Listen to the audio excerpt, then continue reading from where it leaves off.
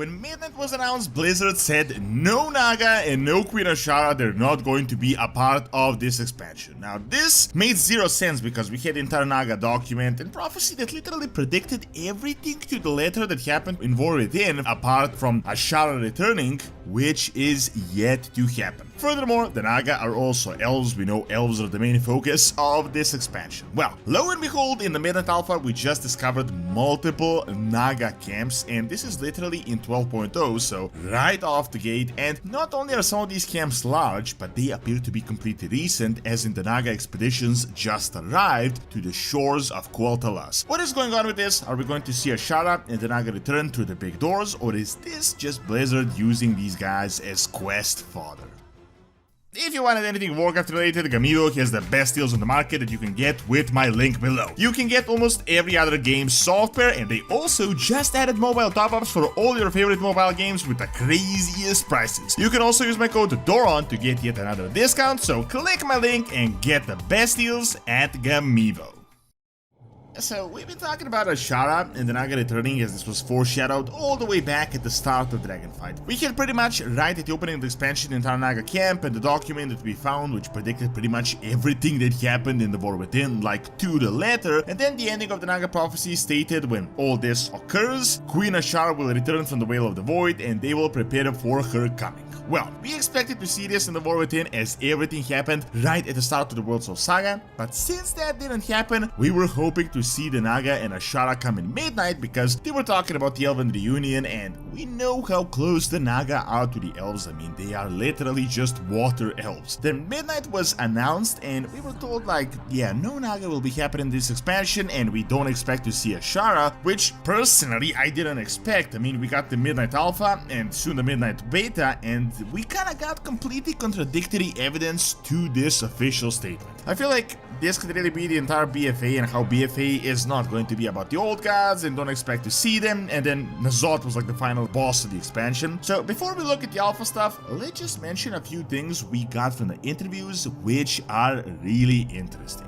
So as I said, I mean, the Naga are connected to the Elven reunion. Keep in mind, the Naga are literally just highborn, so the mage night elves that were converted by the old gods into their forms so that they can live under the sea. It's important to note that they didn't exactly choose this option willingly, which means the Naga are not all evil, despite the fact that we constantly fight them. Remember, we played as the Naga back in Warcraft 3. Illidan, when he was a good guy, worked with him, then he went evil, and then he returned to being a good guy again, so we don't know when he's going to return again. So the Naga themselves are definitely like a gray area. Most of the time they're bad, but they're not beyond redemption whatsoever. Like, obviously, this is not a Twilight's Hammer where it's just like completely void-crazed guys following the void in their prophecy. These guys followed Queen Azshara, and as the Sundering destroyed the entirety of Azeroth, they fell under the sea, and pretty much N'Zoth offered them like a last-minute deal. They can serve him and they can live, or they can drown. I mean, imagine if you're in their shoes, you would probably accept this deal as well. So when they started establishing their kingdoms under the sea, and they have been their own race for like over 10 years, but as I said, sometimes they have been good, sometimes they have been bad.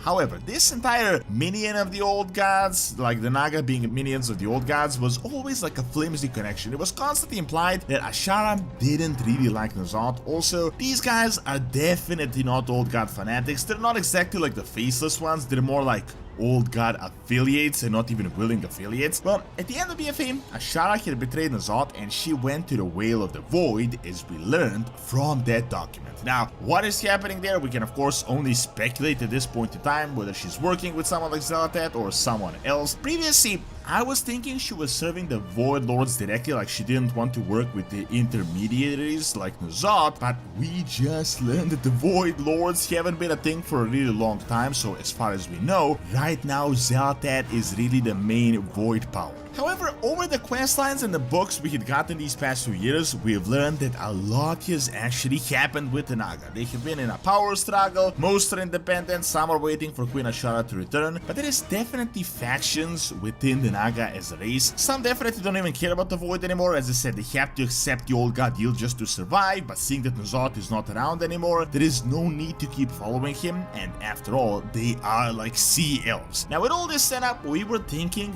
Midnight is actually actually going to be huge on the Naga. I mean, they're going to get a lot of screen time. Azshara is going to be one of the main characters, as at one point as an elf, she ruled over most of Azeroth as really the most influential elven queen ever. Well, then the interview happened and they said no Naga, and now in the alpha we've discovered multiple Naga camps within Quel'Thalas, which implies a few things. First of all, these are completely new, as the Naga wouldn't exactly live within the Elven Kingdom without the elves fighting them. And the second, and obviously, they plan to do something with these guys. We've discovered one really big Naga camp in Eversong near the Windrunner Spire called the Dagger Spine Landing, and there is another small Naga camp a bit further north called the Sunset Strand. Seeing the fact that it is called the Dagger Spire Landing and that the camp is very makeshift with a lot of barricades and tents, this obviously implies that these guys came here right now, and there is a reason they decided to come to Quel'Thalas out of all the places with everything currently happening. I mean, obviously, the Void and the Light battle and everything will be happening here, and I'm pretty sure the Naga are not planning to stay out of this. Obviously, this also contradicts the no Naga in Midnight, but you never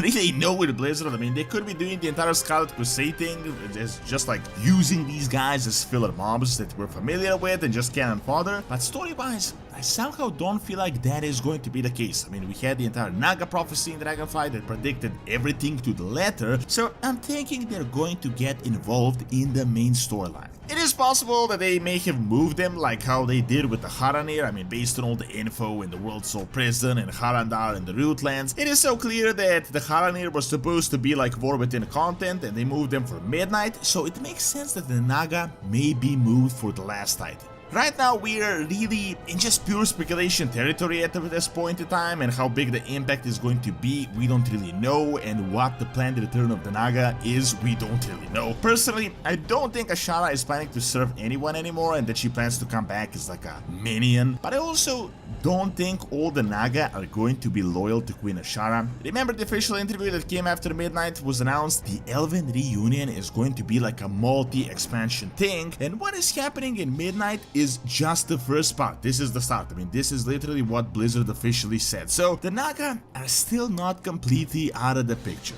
The fact that we have, and of course zero speculation here, is we have a Naga prophecy that turned out to be completely correct. The only thing that hasn't happened from the document yet is Azshara returning. We also have Naga NPCs and Naga camps right now in Quel'Thalas in the Midnight Alpha, where they had just arrived. So based on these facts, I mean, you can kind of make your own guesses. Unfortunately with Blizzard, you never really know. I mean, there have been so many of these setups over the years where they just completely forgot and then they did something completely random or use these big characters as just quest fodder, but there is also a big possibility that the Naga could return in the grand scheme of things, and that Azshara herself may be a big part of this World Soul Saga. Some would say she could come back after the World Soul Saga, but a big part of the prophecy was the World Soul Saga itself. I mean, it is said that she's beyond the Void Whale, so she's definitely still related to the Void, and seeing that they plan to deal with the Void within the World Soul Saga itself, I'm like 99% certain that the Naga and Queen Azshara are going to be a part of the saga. Thanks for watching. Check out my video on the craziest quest line we just got in the alpha that completely retcons Altered Randor and Garrosh by clicking on the screen, and check out my video on Greek mythology and the Titans that I've recorded live on site in Italy by clicking on the screen as well. See you next time!